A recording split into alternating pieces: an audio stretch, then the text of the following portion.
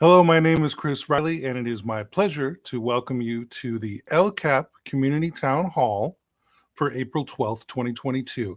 This is our second LCAP Town Hall. The LCAP, in case you don't know what that is, stands for Local Control and Accountability Plan. Now, we have a very special person to talk about the LCAP, and that is the director of LCAP for our district. That is Miss Christine Foote. How are you doing tonight?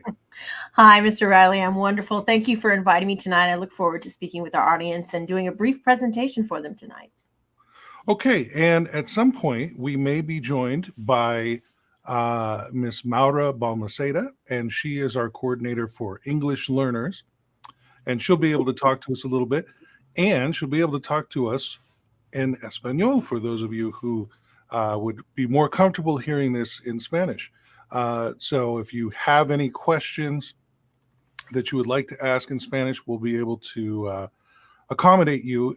If Ms. Balmaceda is able to join us, she may be having some technical problems or something, or if you're out there, Maura, text us and we'll get you on here somehow. But anyway, what we will do is we'll go ahead and introduce the video, which has the narration in English, although there are Spanish, it's both in English and Spanish in the text part of it. And so I'm going to go ahead and let Ms. Foote introduce that video and talk about that a little bit, and then we'll go ahead and play it as soon as she's done texting Maura. Thank you. So this short video, it's about 7.5, 8 minutes long. Part of our local control and accountability plan requires us to do a mid-year update. So we do have goals we've set for ourselves, and then we look at various pieces of data. And then in the mid-year update, we go ahead and we present that data to the governing board and to our educational partners. So we're going to look at some of that data tonight, and we hope that you find it interesting. Of course, we'll be looking at additional data in the spring as soon as a lot of our testing and our other accountability programs wrap up. But this information is pertinent to us right now. This data is recent as of about December, January, early February. So thank you for your attention tonight, and we hope that you find something interesting from this video. Okay, well, thank you so much. And I did get a text back. So I'm sorry, I've got a little screenshot here where she's telling me she's trying to get in and she can't get in. So, and I'm seeing the screenshot. You're there. You're almost there, Ms. Balmaceda. You're so close, but not able to get in for some reason. So tell you what, we're going to play the video and then we will figure that out. And hopefully we will have Ms. Balmaceda with us by the time the video is over. So here we go. Good evening to our viewing audience. My name is Christine Foote, and I'm the director of LCAP. Tonight, I will provide a brief mid-year update on the local control and accountability plan for the Victor Valley Union High School District. What is the LCAP and the local control funding formula? Just for some background, the LCFF is the formula the state of California uses to provide funding to school districts based on several factors, including our unduplicated students. This funding is placed center stage in our plan called the LCAP. The LCAP is an actual 3-year plan created with stakeholders to provide increased and improved services to our students. The LCAP drives the budget, provides transparency, and promotes community engagement. The California School Dashboard takes center stage in the plan. It is our accountability measure. We use it to develop our plan, but the real result is student achievement and the extent to which we are closing the achievement gap. What are our goals and actions for the 2021-2022 school year? The district has 3 goals. Goal 1 is to provide clean campuses, access to technology, sufficient instructional materials, and appropriately credentialed teachers. Goal 2 is all about our rich academic program for middle school and high school with success indicators, including instructional support for unduplicated students. Goal 3 is all about providing an equity-centered, safe learning environment with a positive school climate, with family engagement and parent involvement. Each goal has several actions, ranging from ensuring clean and updated facilities to providing equipment, resources, and materials for our unduplicated students. You can see 8 actions on the screen. Goal 2 actually has 17 actions, ranging from number 1, providing coordinators for course subject support and coaching in the classroom, to number 9, with professional development activities and training to improve teaching and learning in our classrooms. The actions for Goal 2 are continued on this slide. Actions 10 through 17 are listed here, ranging from providing instructional resources for teachers and paraprofessionals to support English learners, to providing support for teachers in subject area groups through professional learning communities. Goal 3 has 7 actions, ranging from providing social, emotional, and wellness supports for staff members, families, and all students to improve school climate and culture, to providing family engagement activities, training, and services to increase family and student engagement. How will the district determine if the LCAP goals and actions are making a positive impact on student achievement? We look at data and metrics. Currently, our data is the annual testing by the California Assessment of Student Performance and Progress, or CASP, as well as the California School Dashboard with state performance indicators. We also look at local performance standards and district social-emotional data. For our mid-year update, we're going to look at graduation rate, chronic absenteeism, suspension and expulsion, and panorama climate, social-emotional learning, and wellness data. This screen demonstrates our mid-year update for chronic absenteeism and suspension and expulsion rate. As you can see, the state requires us to look at this data by student groups. So in chronic absenteeism, we do an evaluation for all students, foster youth, English learners, and low income. We start with a baseline, and then we have a desired outcome. Right now, we have a mid-year update. So you can see, for example, English learners have improved from 11.7% chronic absenteeism to 10.1% at our mid-year update. Suspension and expulsion rates are also visible on this slide. Again, we are dividing up our student groups, looking at our baseline, looking at our desired outcome, and then determining where we are currently for 2020 with the most recently available data. This slide looks at graduation rates and college and career readiness rates. Once again, we look at our student groups, we look at our metric, our baseline, our desired outcome, and our mid-year update. For graduation rate, the group that has made the most increase is our foster youth, rising from 65% in 2020 to 80.5% in 2021. Looking at our college entrance completion rates, advanced placement exam passing rates, CTE enrollment data, and CTE pathway completers, we do have some area for growth. Our advanced placement rate went from 53% down to 24%, so we definitely need to focus in this area.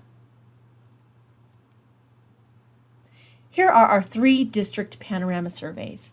We have a climate survey, a social-emotional learning survey, and a well-being survey. We have comparison data for both the climate survey and the social-emotional learning survey, but the well-being survey was the first time we've given this survey to our students. And as you can see, our students are doing well in the area of climate, lots of green dots on the screen, but one area we need to work on is sense of belonging. Social emotionally, the students are very confident in growth mindset, self-management, and social awareness, but we need to work on self-efficacy. And in general, we need to work on our student well-being. Here's our California School Dashboard in English. This is our most recent dashboard in 2019. We definitely need to continue to work towards improving our chronic absenteeism, decreasing our suspension rate, but our graduation rate and college and career rate are in the green, and we hope to keep them in the green or improve them into the blue category. This same slide provides the information in Spanish for our Spanish-speaking viewers. Your opinion matters to us. How can you provide your opinion? You can email us through the Victor Valley Union High School District LCAP public website, starting April 11th through April 29th. If you go to VVUHSD.org, under the LCAP tab, there is a public comment section. You may also complete the annual Educational Partner Survey that will be emailed out to you starting tomorrow morning, and the bit.ly address is also on the screen, bit.ly/VVUHSD LCAP Survey 2022-23.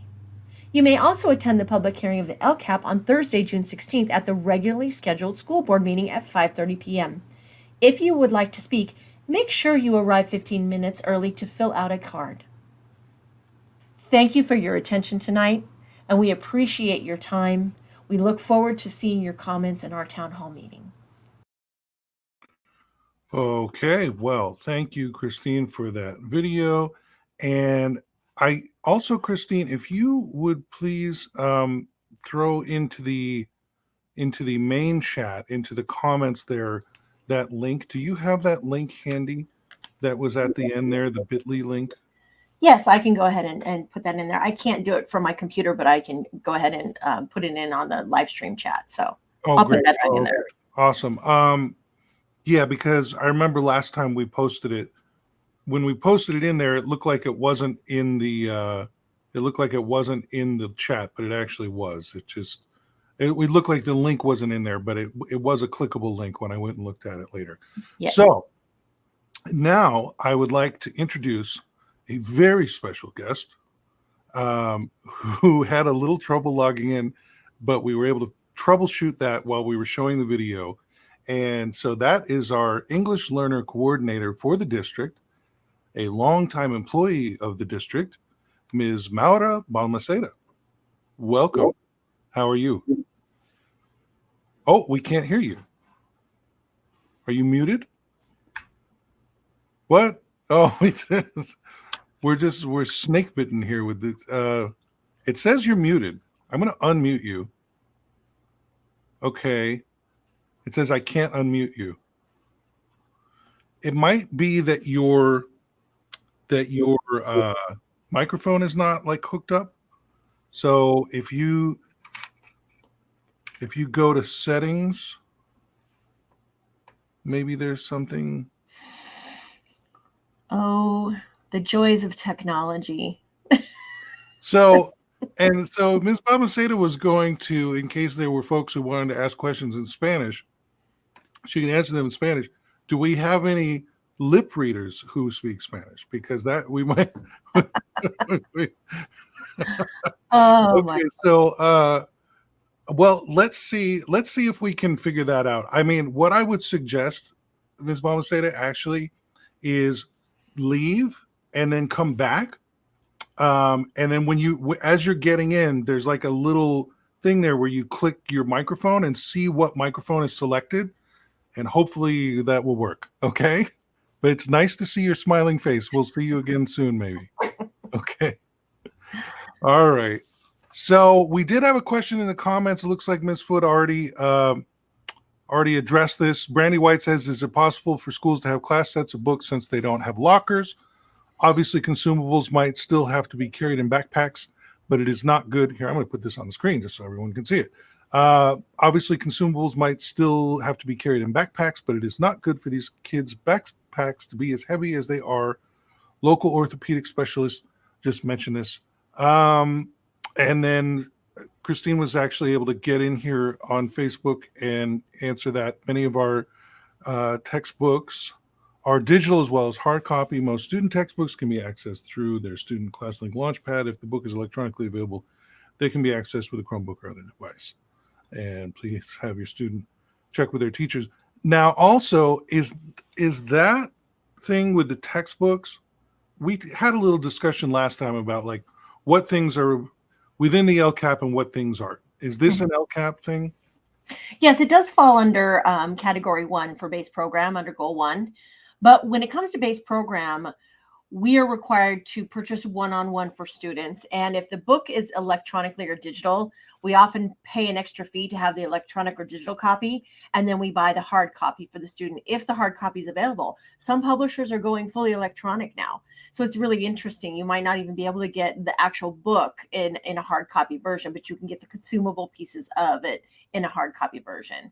So what happens is we usually buy enough to cover every student in the district, and that's what we're required by law, by the Williams Act, to maintain. But extra classroom sets they're considered a luxury. Right. You know, it's like when you go and buy a car, you definitely want to get the four wheels on it. But do you really need the heat seaters? You know what I mean? The seat, with the warmers on the seats. And that's really what classroom sets kind of are. So sometimes schools will buy classroom sets if they have supplementary funding, because once you hit one-on-one, anything after that is considered supplementary, and we're not required to purchase it. And as you know, sometimes textbooks can run between $84 and $120 a piece. So that's why we go with an electronic copy, because most kids have now cell phones, Chromebooks, laptops, devices at home. They can log in with their student email address, get right into their Classic Launchpad, and any book that we have available electronically is available to them there. So they do have that book at home in essence, if they can't carry a textbook back and forth, or if that curriculum does not provide a hard copy textbook. Okay, so Brandy says many like reading from a hard copy, but that would help too. Thanks. Okay, so let's try it again. How we doing? Can you hear me? Or can we hear you? You can hear me. Yes, You got your headphones on. I can't hear you. I don't know what's going on. Maybe if you don't have your headphones in, it'll default to the you could try that. You could try that. How are we doing? No. Now you're Check muted actually in this. No. Because yeah. If she checks her settings, she should be able to pick her default microphone. So if we go to settings, okay, so there should be a little like cog on the bottom. I know this is entertaining for the folks at home. We're troubleshooting our technical problems, but so there's a little like cog on the bottom where it'll say your different settings, one of which is audio. We click audio, it'll say mic, and then whatever your microphone is. And hopefully it says like default microphone for your, so you might just have a bad microphone, Maura. On your laptop, yeah. That might be our answer here. You might just have a non-functional microphone. But you know, you have a beautiful smile and it's nice to see you. And thank you for trying, Ms. Balmaceda. We appreciate for being here. And you know, thank you for just being here in spirit. And yes, you can type. And so for those folks who would like to type a comment, tiene preguntas en español. ¿Cómo se dice type? How do we say it? You speak a little bit. Escribir, if you want to write. Oh, escribir, sí. Okay, so go ahead and type it. And then Ms. Balmaceda can respond in writing. So thank you very much. And thank you for trying. And okay, so we've got, let's see. We've got some stuff. Okay, we have, Maura is in here. Oh, she's saying this. This is in the private chat, Maura. Put it in the comments on there's a little comment window. But she says, buenas tardes.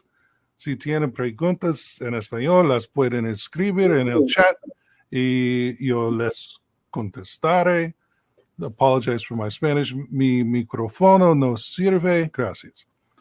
Well, we understand. So let's get back to our comments here. I don't see any new ones. So I think we can just talk a little bit more broadly about the LCAP survey and about some of the feedback that we've gotten there. Ms. Foote, if you'd like to talk a little bit about that. Sure. So far, we've sent the LCAP survey out to families and staff members at the district, and we're hoping to get more responses. The survey's only been it's been out to staff members for 1 day, and it's been out to families for about a week. And I'm going to be continuing to provide opportunities for families to take the survey. We received 57 responses so far. And of the responses, a majority of them are staff at the school district, but we do have about 30% for parents or guardians that have been providing information in the survey. One of the interesting things is so far, I want to congratulate Silverado High School. They at this point have the most people that have taken our survey, so we're very excited about that. And running in a hot second is Adelanto High School. So I might start a little competition with the schools to see if we can get some students to take these surveys as well. Because so far I've had staff, parents, all different types of classified certificate staff, but I don't have any students who have taken it yet. So I'm going to start pushing that again. And then right now with our 3 goals, we asked our survey takers, which of our 3 goals do you think is most important? Like, what is the thing that is most urgent that we really should focus on? If we had to shift some funding around, if we lost funding or funding changed coming down from the state level, what goal do we really need to focus on? And goal 1 and goal 3 came out to be like the heavy hitters, which is interesting because goal 2 is really all of our academic goals, but a lot of our stuff in goal 2 is very systemic and is embedded in our programs. But goal 1 is really about that creating that environment, that clean learning environment where everything at the campus is functioning properly. Our teachers are appropriately credentialed, kind of that base program, that base of your pyramid when you're talking about, the hierarchy of needs, Maslow's hierarchy of needs, at the bottom is food, shelter, and safety, right? And so that's kind of what goal 1 is all about. And then goal 3 is that social emotional climate goal about building a culture on your campus and making parents and students feel welcome and making sure students feel that they see themselves on their campus and part of the school community. So those are the 2 goals that are seeming to be the most important. The remaining of the questions, there were 30 questions, and the questions are divided into 3 groups: conditions of learning, which are really important, and those really relate a lot to goal 1. And then the next group of questions that are on the survey fall under, let me look, I'm taking a brief look at the survey. So we have conditions of learning, and then it goes all the way down to engagement and climate, and the final area is student outcomes and success. So engagement, so the survey portion on conditions of learning really asks questions about improving facilities. It asks questions about additional staff for safety, right? It asks questions about protective equipment, things like that. So the conditions of learning really truly are about that environment that we're creating. Okay. I did want to say really quickly, I posted the same link, although it looks different. I posted the same link in the YouTube comments as well for the LCAP survey, just so all of our folks on Facebook or YouTube, that link in the chat is the link that you can go to comment on the LCAP. So I digress. Anything else that we want to talk about with our responses to the LCAP, or anything more about the LCAP in general? Well, the nice thing about the LCAP survey is it's very simple to take. You read the question. It's a 1 to 6 scale, 1 with not very important, 1 to 6 extremely urgent. We really need to work on this area. So it doesn't take long to take. And if you do have a comment or you have a concern or there's something you really want to put in writing, at the very end, the question number 30 is a comment section. It's a paragraph section. You can write a paragraph. So for example, one of the comments was, we need more training and enforcement with the security officers who are doing their assigned jobs. We really do feel like they need to patrol areas and that they need to support our administrators, and that we really need to ensure that supervision is happening by training officers. Not necessarily we need more, but we need more structured approach to the way we supervise our campuses. So that was a nice comment in there. So you could actually put a comment in there. Awesome. Well, I don't see any new comments in the chat, and it's 6:25. We figured we'd spend roughly a half hour or so on this.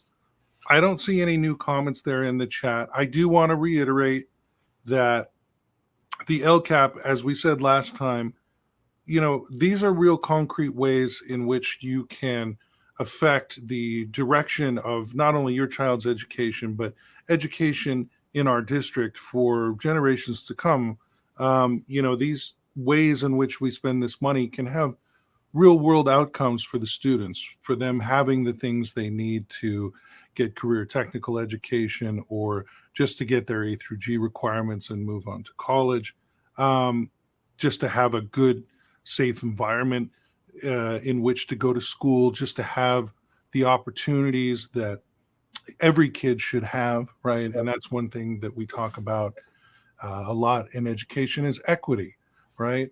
We look at the situations of different kids in different areas and different socioeconomic backgrounds. And if you really take a good, honest look at that, it would be hard for you to say that kid A has exactly the same opportunity as kid B.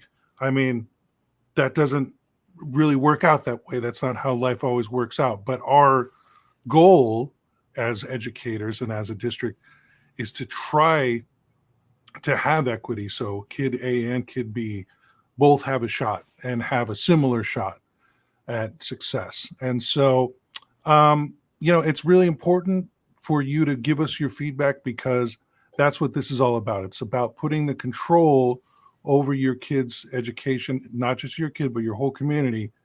And education, it's something very important. I don't have to belabor that fact, but it's something very important, not just for you and your family, but for your whole community. So that's my little soapbox speech. And I don't think that we have a whole lot more, but if Christine, if you want to wrap it up with anything else. Yeah. I just want to remind everybody watching that this plan really is an important plan and part of our vision for the district to ensure that we're reaching every student every day and all students matter. And the funding that we put into this plan really is designed to impact some of our most fragile at-risk learners. And your opinions matter to us. I'm looking at the comments and there's some wonderful comments coming through, and these will be shared with cabinet. These will be shared with our LCAP advisory groups. And we are going to be definitely looking at making some slight changes. A majority of the feedback is the plan is great. It really does cover all areas. It really does meet all needs of students, but we need to focus a little bit more in certain areas.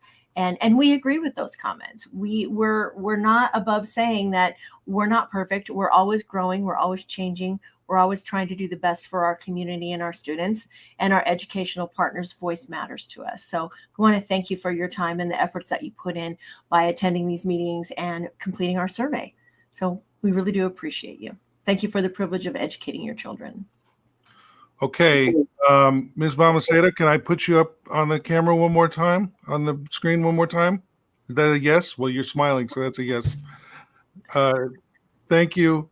We'll use just waves instead of verbal communication. But thank you for being here, making the effort, and we'll just have to get your laptop mic fixed. So thank you everybody for watching at home. And again, use one of those links, make a comment on the LCAP. You have this opportunity to affect the direction of the district. So take that opportunity if you would like to. And just last minute, someone comes in here. Eva Sanchez Nuno. What about kids that have an IEP and school staff is not helping to get improvements? Well, I don't know exactly what that particular situation is. Please contact me. Okay. Can you tell us like what school and just get us, maybe we can talk specifically about what exactly is going on with your student. This may be less of like a global thing and more of like a one-on-one thing where we need to look at your particular child's case, so to speak, and see what we can do to address that. So Eva, if you can reach out to us.